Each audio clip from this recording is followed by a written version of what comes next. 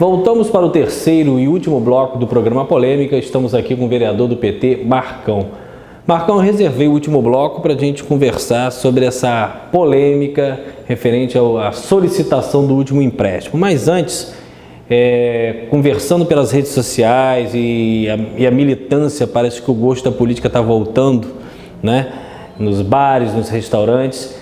Os vereadores que hoje, com todo o respeito a eles, né, que não vai uma crítica pessoal, mas estrutural, esses vereadores que perderam esses vários cargos dentro da prefeitura por estarem optando agora por uma independência, vão ter que mudar a prática de discurso? Como é que as candidaturas que poderiam até se parecer um pouco mais tranquilas, sofrem um abalo, sofrem uma perda estrutural grande?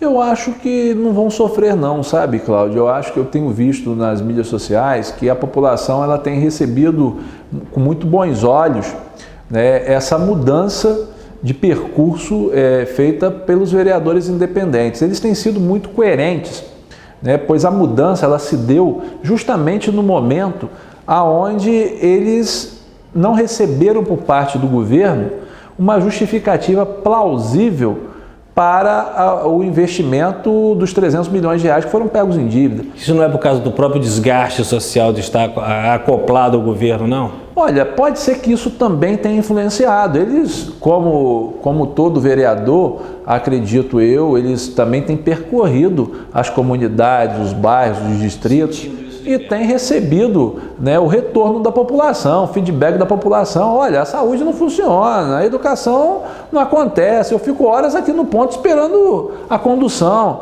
Então, vendo isso, pode ser que isso tenha sido um motivador também da mudança de rumos dos mandatos desses edis. Mas eu acredito que isso é muito importante, eu acho que todos nós temos o direito de rever os nossos posicionamentos em qualquer momento. Tem sido importante para a construção de uma Câmara mais combativa, né, e mais atenta. Vocês ainda não têm a maioria, mas equilibrou um pouco mais. Equilibrou, né, bastante o jogo. Só para lembrar, desde o início de 2013 nós tínhamos apenas 4 vereadores na oposição. Eu, o vereador Rafael Diniz, o vereador Fred Machado e o vereador Nildo Cardoso. No momento seguinte, o vereador José Carlos Monteiro adquiriu a postura de oposição e agora mais 6 vereadores, né, adquiriram a postura de vereadores independentes. São eles o vereador Magal, o vereador Albertinho, o vereador Genásio, o vereador Gil, o vereador Deison e o vereador Tadeu, estou contigo.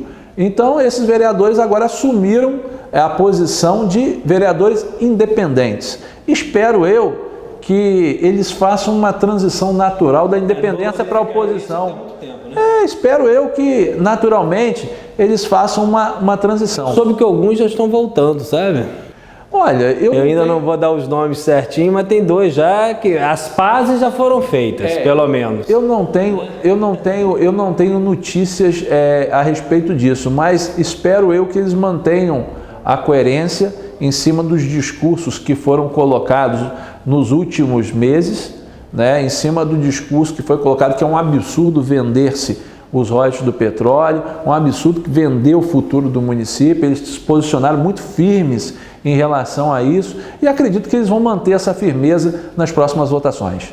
Marcão, vamos agora reservar o final para um tema de extrema relevância, que é a atual situação jurídica daquela sessão, na minha opinião, de baixo nível, onde várias pessoas do governo foram para a plateia, agredindo verbalmente vereadores, fazendo uma pressão para que as coisas não acontecessem da forma que aconteceu. E vocês conseguiram obter na Justiça uma liminar, em primeira instância, da terceira vara civil, se não me engano, proibindo, por enquanto, que a negociação para a aquisição desse empréstimo fosse realizada. Qual foi o objetivo principal que fez com que a juíza concedesse essa liminar?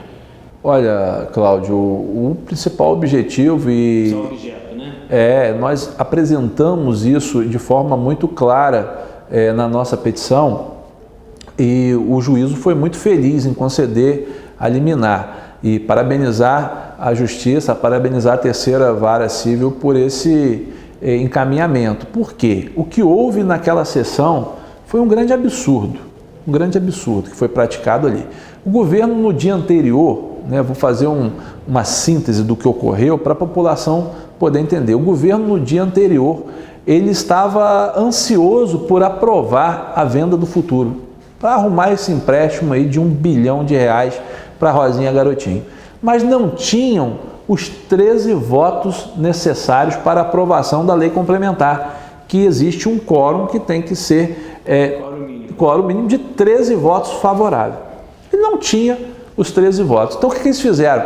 Retiraram esse projeto da pauta no dia anterior, não votou, porque se votasse ia perder, retiraram da pauta para poder tentar fazer algum tipo de acerto, de manobra para votar no dia seguinte.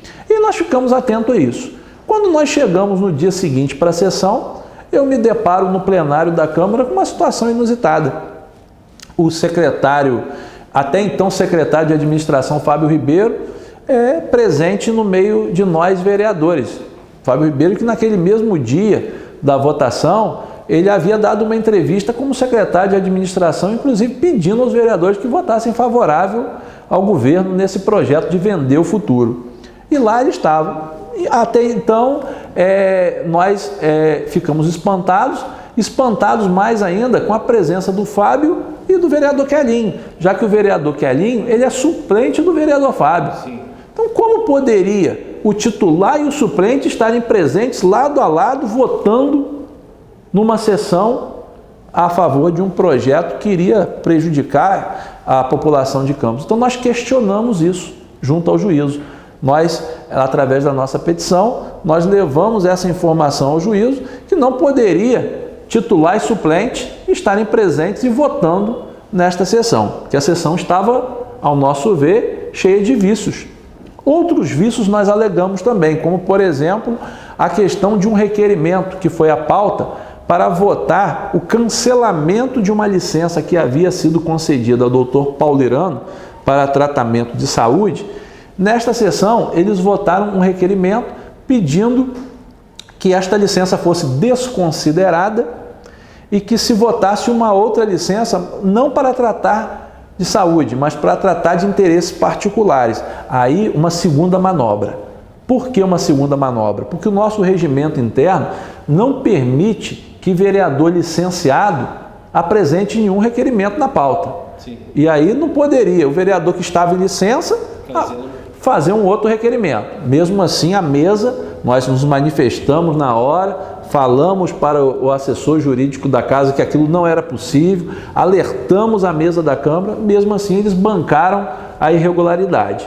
Então, votaram isso. Mas votaram isso por quê? Porque para o vereador Quelinho estar presente no plenário, havia necessidade de se modificar a licença do vereador Paulo Irano. Que aí ele ganharia com o Fábio Ribeiro e ganharia com a entrada do Quelinho. Exatamente. Para o vereador Quelinho voltar a ser vereador, sair da qualidade de suplente para voltar a ser vereador, era necessário que outro vereador saísse. Já que o vereador Fábio Ribeiro havia retornado, era necessário que outro vereador saísse. E quem foi esse outro vereador que eles escolheram para sair? O Paulo Irano. Mas não podia tirar o Paulo Irano porque a licença dele estava no período de validade, em vigor. E ele não poderia apresentar uma outra licença, até porque, o que existe ao nosso conhecimento, o vereador ele está em tratamento de saúde, inclusive fora do país. Estados Unidos. Exatamente. Então não poderia apresentar um requerimento para poder fazer essa manobra. Então, baseado inicialmente nesses dois momentos, na votação de um suplente que não estava na qualidade de vereador e na votação de um requerimento viciado, porque esse requerimento não poderia ter sido votado, nós apresentamos os argumentos, o juízo entendeu que a sessão deveria ser anulada, anulou a sessão, mas mesmo que essa nova lei venha a ser votada, nós vamos trabalhar explicando, que aí eu tenho a esperança que os vereadores da base do governo mudem de opinião, porque 9 em cada 10 campistas é contrário à venda do Futuro do município. Então, os vereadores eles têm que escolher o lado. De que lado vocês estão? Vocês estão do lado do governo ou vocês estão do lado do povo? Porque a população rejeita isso.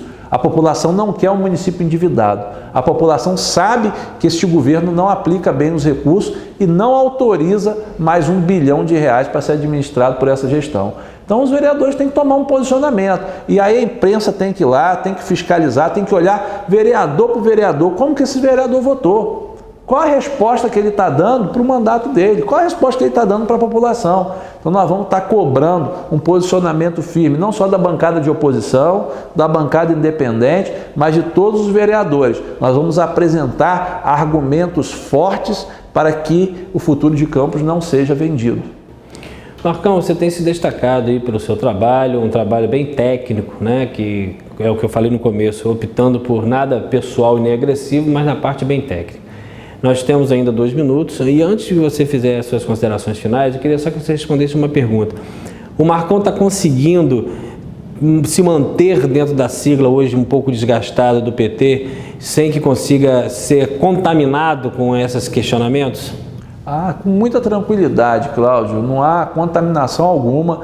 A gente é um propósito firme de representar a população de Campos na Câmara de Vereadores. Tenho dito a todo instante, todas as irregularidades que tenham sido cometidas, não só pelo PT, mas por qualquer partido político, têm que ser apuradas. O problema é o sistema, né? Exatamente. Já estão sendo apurados pela Polícia Federal, já estão sendo postos na prisão aqueles que cometeram os ilícitos penais, mas não podemos aqui no município, que tem uma turma aqui que gosta de falar sempre do escândalo da casa do lado, mas esquece da sujeira aqui do município.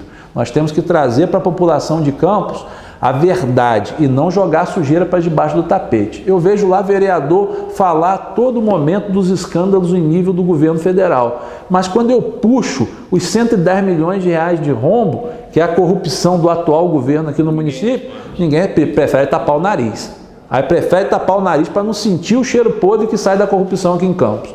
E prefere sentir o cheiro mais distante, mas a podridão que está perto não quer. Eu não penso assim não. Eu acho que a gente tem que apurar, seja na esfera federal, na estadual e principalmente para o que eu fui legitimado. É mais próximo à população do município. Eu fui legitimado para estar aqui. Se tem algum vereador que queira investigar, se candidate a deputado federal nas próximas eleições. Ele vai trabalhar lá no Congresso Nacional e vai fiscalizar lá. Eu fui eleito para fiscalizar o governo Rosinha Garotinho e vou fazer firme até o último dia do meu mandato. Marcão, eu queria agradecer muito a sua presença e o grupo de comunicação está à disposição para você. E lembrando, todas as pessoas que foram citadas aqui têm o contraditório garantido. Infelizmente, a maioria não usa dele, mas o grupo de comunicação não seria leviano e não abrir espaço para o contraditório. É só entrar em contato com a empresa, nós teremos o maior prazer em também ouvir a opinião do Poder Público Municipal sobre tudo que foi discutido aqui. Obrigado, Marcão. Eu que agradeço mais uma vez, um abraço a todos.